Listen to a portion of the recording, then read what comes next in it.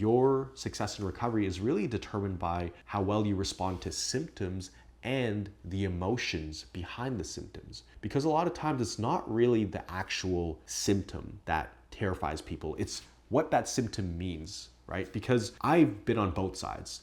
I've had times where I was terrified of the symptoms, and I've had other times when I was well on my way to recovery and I would still feel the symptoms, but it was like, whatever, it didn't bother me, right? Now, I did have to slow down, but it was a different experience of those symptoms because there were no emotions attached to it. I can take on anything now in my life. I'm now currently living a life in which I never thought I would be able to ever live again.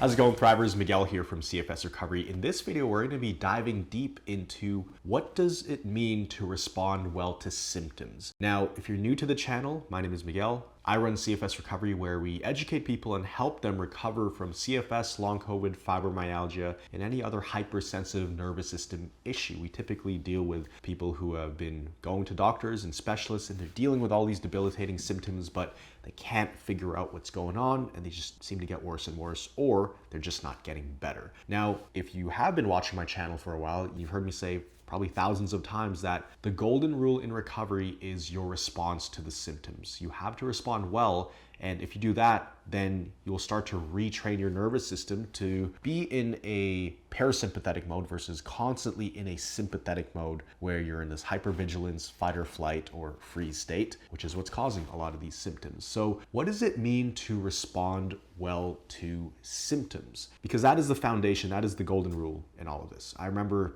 for myself, I was completely bedridden at one point, and I learned a lot of stuff about recovery. My doctor taught me a lot of these different things over the course of a few weeks, and that's what helped me go from bedridden to being in a wheelchair to being in a walker to using my own 2 feet. But I asked him, I said, okay, well, what's the most important thing? And he said, well, actually, you can disregard everything I just taught you over the last 3 weeks, right? That's helped you get better. And if you only stick to this one thing, this will lead you to recovery, and this will lead you to you getting your life back. And that one thing is your success in recovery is determined by how well you respond to symptoms. So I'm gonna take it a step further in this video and kind of paint out exactly what that looks like. And although I've said in a lot of my videos that, that's the #1 rule, I think we need to expand on that. Your success in recovery is really determined by how well you respond to symptoms and the emotions behind the symptoms. Because a lot of times it's not really the actual symptom that terrifies people, it's what that symptom means, right? Because I've been on both sides. I've had times where I was terrified of the symptoms, and I've had other times when I was well on my way to recovery and I would still feel the symptoms, but it was like, whatever, it didn't bother me, right? Now, I did have to slow down, but it was a different experience of those symptoms because there were no emotions attached to it. So let me paint out a picture for you. There was this one time specifically where it was my first travel trip after getting out of the hospital. This was about 3 months after being discharged from the hospital. Keep in mind, when I was discharged, I was barely walking 200 steps a day, but I knew the principles that were getting me better and better and better. And so 3 months later, I built myself up to a point where I was able to walk through an airport, hop on a plane, go to a different country, and work on a video project for one of my friends who hired me. And yes, I felt symptoms that whole entire trip. And I remember the second or the third day I was there, it was morning. And I remember this is the most activity I had done in about a year. I was sitting at this breakfast shop eating an avocado toast. And I remember sitting there and my heart was pounding and I felt really tired and really heavy. And I remember thinking to myself, wow, like if this was a few months ago, I would consider this to be crashing because my heart rate's elevated. I'm getting heart palpitations, some shortness of breath. I feel really heavy. I'm sitting here in another country. If I had my previous mindset, I would feel like I was doomed and this is a crash incoming. But I remember sitting there thinking, wow, this is actually fascinating because these are the same symptoms I felt before, minus, the vertigo and some other intense things. And I didn't have any emotions towards them.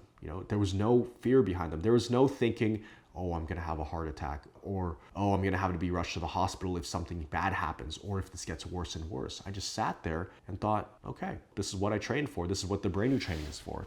I'm sitting here in another country in the sun, and my heart is pounding, and clearly I'm flaring up. and I still have to make my way back home today. And I responded well to those symptoms. You know, that response is so important because really it's not just ignoring your symptoms. And I think that's where a lot of people get confused. You don't just ignore your symptoms, or, you know, a lot of people, we tell them inside of our programs to swat those thoughts away, swat those negative emotions away. You have to do that repeatedly over and over again. And so, yes, swatting away is one of the strategies, but even more important than that, before we even teach people about that, number one, you have to understand what's going on. Why are your symptoms there in the first place? Because if you understand what's happening, you're not really going to have any emotional reaction towards the symptoms, or it will be much more limited, or it will be a much less intense of a response to those symptoms you're having, because you're basically fighting emotion with logic. And some people may say, they might even get mad watching this, saying, oh, well, I'm not being emotional, I'm not overreacting.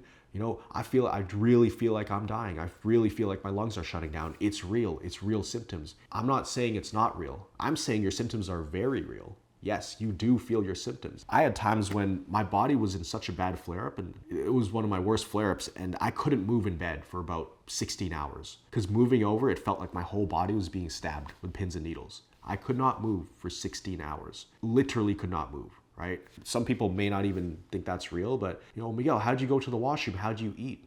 Well, there was a straw next to my head where I had to drink blended food, and like, I don't even want to describe how the whole washroom stuff went, but they are real symptoms, right? But there is another aspect to all of this. There's the physical feelings that you have, right? But it's also the emotions around them. It's the fear around them, okay? So I'm not saying you're gonna have zero fear around these symptoms. You're gonna have some. You're human. We are emotional beings, but we just have to be mindful of how much our emotions are playing into amplifying these symptoms, because that's what they are. They're an amplifier. Okay, so you're basically trying to balance emotion with logic. When you're dealing with this and you really don't understand what's going on, why you even got the stuff in the first place, why your symptoms are here, why they're staying longer than they need to be, why you're having specific symptoms, why certain symptoms are worse than other symptoms.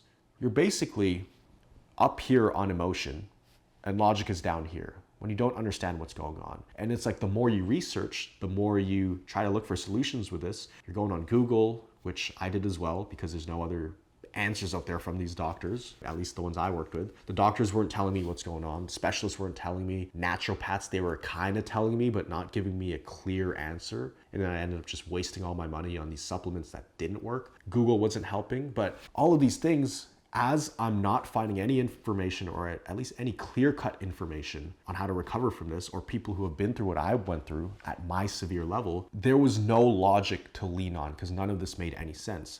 So when there's no logic to lean on and you're left with your own creativity and imagination to try to figure this out in your head, your emotions get higher and higher and higher, right? But once you add in logic to that, understanding the recovery science blueprint that we have, understanding these videos. I have tons of videos on YouTube, or maybe someone is inside one of our programs where we're explaining this to them on several hours of weekly group coaching calls, and you're seeing other people around recovering. You're seeing other people with the same issues you're dealing with, and they're following a step-by-step process, and they're actually getting better. Then it starts to click, and then it becomes more logical. Because now it's not up in the air. Now you know what you're dealing with. As long as you've had all your medical tests and scans rule out any other issues that may be causing this, you're able to see, okay, this is a step-by-step plan I can follow to get better. Or this is X, Y, Z, this is why this is happening. Once you increase logic, emotions start to come down. Because you can't have both. Your brain can only do so many things at once. So as your logical centers in your brain start to increase and you start to understand this more, it is impossible for you to be that emotional. The emotions start to come down. And for me, it got to the point where my logic was way up here, emotions were way down here. And I looked at it as, like solving a Rubik's Cube or solving a combination lock. I try to include as little emotion as possible into my whole recovery process. And so what does responding well to symptoms look like? What does that mean? Don't run from your symptoms, face your symptoms. Don't try to avoid them at all costs. You have to go through flare-ups. You have to go through, symptoms in order to get to the next level in recovery. And that's all about progress cycles. You can actually click on this video up here where I talk about progress cycles and how to level up and build your threshold. Because there's a very step-by-step process that you can follow. And once all of this stuff starts making more logical sense, like I said, it's very difficult for you to fall into a downward spiral of just fear and anxiety and worrying and negativity that is going to amplify the symptoms that you're feeling. Now, let's also get one thing perfectly clear here. You may have the best response to symptoms. You may have zero fear about the symptoms, but it's not all about fear and worry and anxiety. It's also about frustration, any kind of negative emotions. It could be angry at this illness for robbing your life, right? It could be angry that you're not recovering fast enough. It could be angry that, you were supposed to go out and do this thing and all of a sudden you're randomly flaring up, so it ruined your plans. Those are emotions. So even though you may not be fearful of the symptoms, they may still persist. And guess what? Let's say you're handling the symptoms like a champ, as in you're reminding yourself, well, this is just a nervous system. It's nothing to worry about here. It's going to go away. This is part of the progress cycle, part of the adjustment period. This is part of the process of recovery. No different from if someone goes to a gym and works out and they get sore the next day or for a few days after. They're going to be stronger the next time they come back to the gym. This is very similar to that concept. Very, very similar. And I talk about this in a lot of my videos. But you can have the best response to symptoms. It doesn't mean that the symptoms will just vanish overnight. It doesn't mean that you won't experience them. They may stick around, but there is a delay effect, right? So respond well to symptoms, understand them versus running away from them. I think the most important thing to understand here, and if you get these things, then responding well to symptoms is going to be automatic for you. It's number one, understanding why you even got this in the first place, right? And that all has to do with the stress threshold. You've gone over your stress threshold. Now your body's in this survival state. So number one is understanding why you got this in the first place. Number two is why you keep flaring up, why you have these symptoms, okay? So one is how you got into this. Number two is why your symptoms still persist and you still have these flare-ups and why they come and go. And you don't have to know every single thing to recover from this. I mean, I knew maybe 5% of the information that I share on this channel. I only made this YouTube channel when I was fully recovered, right? And even myself, I knew about 5% of everything I shared on this channel at the time of me recovering. So this is definitely more information than you need to recover everything that's on here.